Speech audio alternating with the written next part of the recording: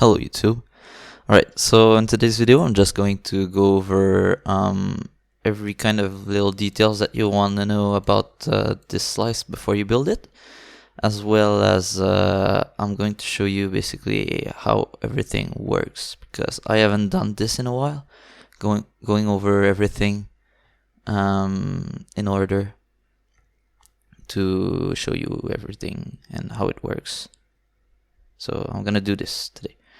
So this is the world download basically. So you're just going to spawn on this bedrock and you'll land here. Okay, so the first thing there is with this is that of course everything that's in red is going to be the hopper locking. Now apart from this hopper locking over here and this hopper locking over here, the other stuff that's controlled with the levers is going to be the global hopper locking. So the global hopper locking is something that you need to activate when the slice is not running. So keep that in mind. Of course. Okay, nothing else broke, so we're good. Okay, so with the hopper locking, like I said, you just want to lock these hoppers when the system isn't running. When you're entering items into the slice, make sure that the hopper line over here is not triggered. Like this is bad, this is good. And the rest of the hopper locking is going to be controlled by the slice independently, and it's only going to switch between being locked when a new box is dispensed. So you see that this hopper is locked and these two hoppers over here are locked. And if I input a few items in here, you'll see that we'll deactivate this for a short moment, just enough time to let a shulker box go in, and we'll deactivate this during the time that we're going to drop all of the items into the shulker box in here, and then it's going to extend again and lock these hoppers. And with the hopper locking over here, it's important that this redstone dust is not powering the hopper over here, or else you would lock the entire hopper line. So it's important, make sure it's like this. And then of course there are going to be some dropper inventories that are needed, like over here for the box display. You can tell that the item is going to be here because, well, the comparator over here is not reading any items. Then there's this other one over here that's going to be responsible for the delay for the box collection over here. So one item in this bottom dropper. Apart from that, there's another item in this dropper over here, and this dropper is just pointing like this into a composter. And the reason for that is pretty simple.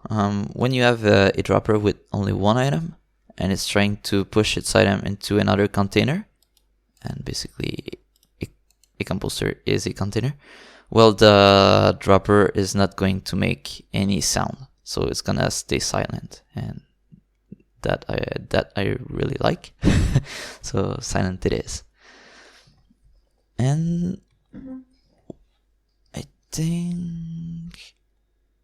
I think that's pretty much it for the loose items in these droppers. There shouldn't be any more of these. There were more in previous versions, but this is the best version, and only this plus this and this. Okay. Now I think that's pretty much it for the little stuff that you want to make sure you don't miss. Well, there would be this redstone dust, so technically you don't even need this button, but you need to make sure that the dust isn't like this, or it would power the rail and mess up stuff. So I added the button just in case you don't realize that the dust was in the wrong position. Okay, so I guess I'm just going to go over how everything works from the detection system up to collecting the box and replacing it with a new one. Okay, so when we have at least one item into this dropper, it's going to send power to this comparator, and this comparator is going to extend this piston, which is going to extend all of these 3 pistons. The first piston going up is going to let this redstone dust power this rail over here. And this rail is this rail is responsible basically for the 8 game tick clock. Is that? Yeah, it's 8 game tick clock. That's going to power these droppers at hopper speed when we input the items normally. And it's going to turn it off. And then shortly after, this piston is going to send a pulse over here, and it's going to send the pulse to this dropper pulse extender, let's call it, and it's going to swap the box with this contraption there. I can repeat this, I guess, though I should probably remove all of that in here. So when I trigger this, you'll see that we activate all of the piston sequence over here.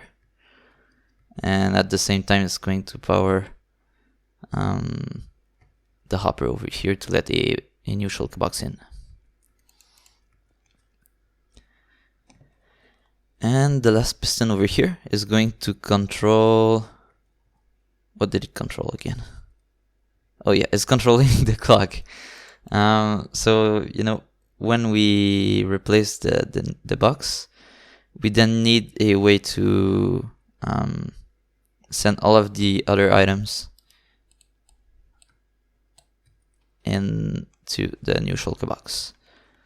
So up until this dropper is completely empty, this is going to send the power like this, where you can see that it's going to remove the power from this dropper here, and it just constantly gets clocked by this observer. I tried using a, what do you call that? A solid block above, but if you put a solid block above the observer, then you need something like a rail or something to send the update to the dropper. So you need the redstone dust in here. And so that sends the power like this. And instead of having an 8 game tick clock, well, this is a 4 game tick clock. And that makes sure that even if we input items in here, this is still going to drain faster than the items can come in. Maybe we'll see it better like this. So even though new items are coming in, the clock is still faster than the items coming in. That's how we achieve full speed.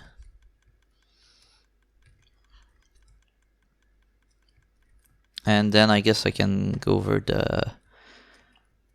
the box display. So, well, the box display, pretty simple. You send a shulker box like this, and the shulker box is going to go through the soul sand and through the honey block. So make sure that honey block is really honey. You can't use slime because the item needs to go. It needs to be sucked by the hopper, and if you put a full block above a hopper, well, that block can't be sucked. But if you put soul sand or honey, the hitbox of these blocks is a little bit smaller than a full block, and so the hopper can suck it. So yeah, that hopper is going to send the shulker box here, but as the shulker box goes into this hopper, this comparator is going to read it, and it's going to send the item that is going to be there in here, and it's going to tell the display that, hey, there's a new shulker box that went into the system, so we can open this, and it's going to open. And we have this part over here that is going to send a pulse to reverse that when we need to remove the shulker box. So it's going to send this signal like this. It's going to send the item back in here, and well, this piston, you can see, is going to power this piston, and it's going to close this over here. Now over here, I just used an observer like this that's kind of doing a T flip-flop thing, except it powers every time. It's just because I didn't have a better way to really make this power only one side, because otherwise, you know, this is going to be tiled every block like this, so I couldn't just send a pulse like this, or else it would power both sides, both slices, and I can't have that, right? So this is kind of clunky, but it does work and it's reliable. So in the box display, there's just one little thing that is not going to be impactful at all, but I'm still going to say it in advance just to make sure that you don't get scared by it. It's that we triggered the dispenser over here of both slices at the same time. So if you have the adjacent slice over here, both the dispensers are going to be triggered. So if you do send a shulker box into two adjacent slices too quickly, you could have one of the dispenser in what do you call that? In cooldown phase, right? But the cooldown is literally 4 game ticks, so unless you're super fucking quick, you're not going to accidentally enter a shulker box in cooldown. And yeah, I think that's pretty much it for the explanation part as well. So if you have any more questions with this, you can join the server that I included with the original video, and I'll be glad to help you out with anything. Just make sure that you're running a server that uses vanilla mechanics, because if you use plugins such as Paper, Purper, Bucket, and other shit like that, it's probably going to mess up stuff for some reason. But apart from that, I'm gonna tell you thanks for watching, and bye.